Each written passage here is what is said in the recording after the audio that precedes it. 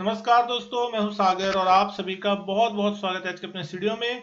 आज इस वीडियो में हम बात करने वाले हैं एचडीएफसी और एचडीएफसी बैंक के मर्जर से रिलेटेड न्यूज के बारे में, जिसके कारण आज के दिन हमने देखा कि 1:30-2 बजे के आसपास एक अच्छी खासी स्पाइक जो है एचडीएफसी बैंक और एचडीएफसी लिमिटेड के स्टॉक में आपको आती हुई दिखाई दी।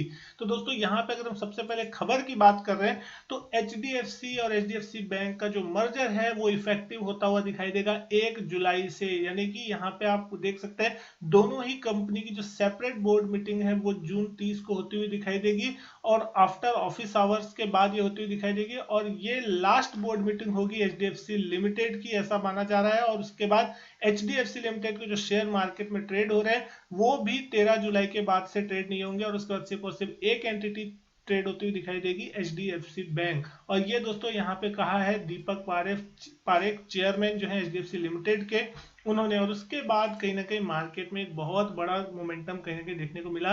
आज के दिन अगर हम देख रहे हैं एचडीएफसी लिमिटेड के प्राइस को 1658 पे क्लोजिंग आती हुई दिखाई दी, ऑलमोस्ट 1.5% की तेजी के साथ बंद होता हुआ दिखाई दिया। 1673 रुपए के आसपास का हाई छूता हुआ दिखाई दिया और 1734 रुपए इसका 52 वीक हाई है। वॉल्यूम भी अगर आप देख रहे हैं आप तो शानदार होते हुए दिख रहे हैं, लगभग 1,69,00,000 शेयर से ज्यादा वॉल्यूम देखने को मिल रहा है। सुबह से स्टॉक कहीं ना कहीं एक मोमेंटम पकड़ने की तैयारी में था, लेकिन जैसे ही न्यूज आती हुई दिखाई दी आपने देखा तेज शार्प स्पाइक जो है स्टॉक में बनता हुआ दिखाई दिया।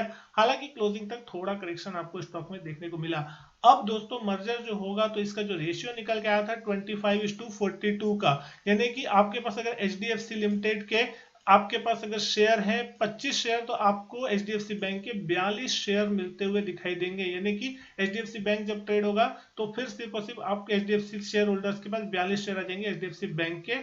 तो ये तो उसका शेयर स्वैप रेशियो था। लेकिन दोस्तों अगर हम बात कर रहे हैं वैल्यूएशन वाइज भी, तो आप देख सकते हैं कि जिस तरीके से 20 के पीई के आसपास ये एचडीएफसी बैंक का स्टॉक ट्रेड हो रहा है तो कहीं ना कहीं दूसरी सबसे बड़ी मार्केट कैप वाली कंपनी बनती हुई दिखाई देगी। 9,27,000 करोड़ का मार्केट कैप लगभग इस कंपनी का है और 5 लाख करोड़ के आसपास का मार्केट कैप जो है एचडीएफसी लिमिटेड का है। लगभग 13 से 14 लाख करोड़ रुपए की ज्वाइंट एंटिटी बनती हुई दिखाई देगी और रिलायंस इंडस्ट्री के बाद दूसरे नंबर पे सबसे बड़ी मार्केट कैप वाली कंपनी होगी। तो क्या इसके बाद दोस्तों यहाँ पे एक बड़ा रिटर्न बनता हुआ दिखाई देगा या फिर यहाँ पे थोड़ा सेलिंग का प्रेशर आता हुआ दिखाई देगा या फिर यहाँ पे एक कंसोलिडेशन भरा माहौल देखने मिल सकता है।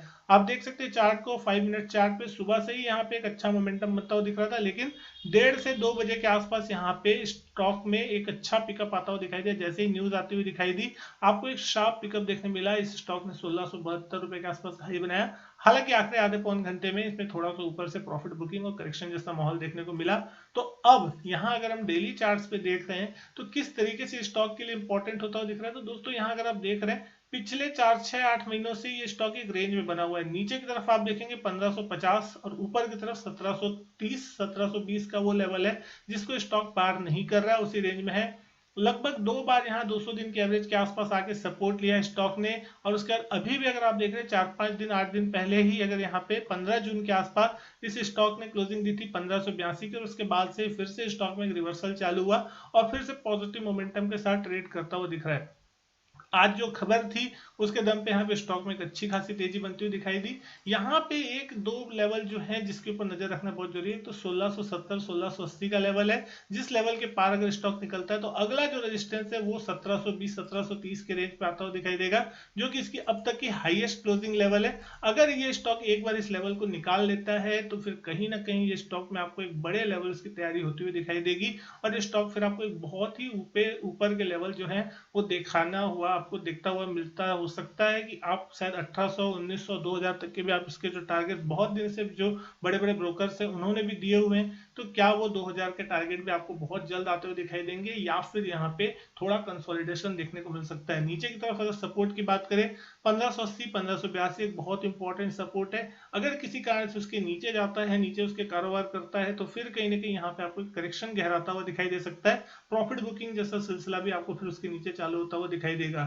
लेकिन साथ ही साथ बात कर ले एचडीएफसी लिमिटेड के स्टॉक की, कि ये किस तरीके से मूवमेंट कर सकता है। तो 13 जुलाई के बाद से इस स्टॉक में ट्रेडिंग बंद हो जाएगी। तो अब कहीं ना कहीं एचडीएफसी लिमिटेड का जो स्टॉक है उसमें आपको थोड़ा momentum HDFC limited HDFC bank की तुलना में ज्यादा देखने मिल सकता है अगले आने वाले कुछ दिनों में, क्योंकि अब जो मर्जर रेशियो है उसके एवरेजिंग को यहाँ पे अगर ट्रेड करते हुए देखेंगे तो कहीं ना कहीं इस स्टॉक के एवरेज जो है ऊपर जाते हुए दिखाई देंगे। एचडीएफसी बैंक की तुलना में यहाँ पे शायद 1-8% का स्प्रेड जो बचा होगा इस चार्ट में या जो स्टॉक प्राइस के बीच में मर्जर का, वो अगर आता हुआ दिखाई देगा तो यहाँ पे आपको हो सकता है 30-40 रुपए का एक कैचअप देखने को मिल सकता है। तो ये स्टॉक भी आपको देखना होगा कि क्या ये स्टॉक अब 2800 2850 की तरफ जाएगा नहीं जाएगा। लेकिन ये स्टॉक में ट्रेडिंग बंद हो जाएगी। 10-15 दिन और बचे इस स्टॉक में ट्रेडिंग के लिए, 1 से 2 हफ्ते में। तो और सबसे बड़ा सवाल ये है कि जब एचडीएफसी और एचडीएफसी बैंक का मर्जर हो जाएगा तो निफ्टी में फिर एक ही स्टॉक बचेगा, एचडीएफसी बैंक, और एचडीएफसी लिमिटेड हो जाएगा बाहर। तो वो अब उसकी जगह कौन सा स्टॉक निफ्टी में आ सकता है वो कमेंट करके आप जरूर बताइएगा। और कौन सा ऐसा स्टॉक हो सकता है जो निफ्टी में अगला स्टॉक बन सकता है एंट्री के लिए। तो दोस्तों उम्मीद करता हूँ वीडियो पसंद आई होगी। वीडियो अच्छी लगे तो लाइक करें, शेयर करें, चैनल नहीं किया सब्सक्राइब तो चैनल सब्सक्राइब जरूर करें। मैं आपसे मिलता हूँ अपने नेक्स्ट वीडियो में, तब तक के लिए goodbye and thank you.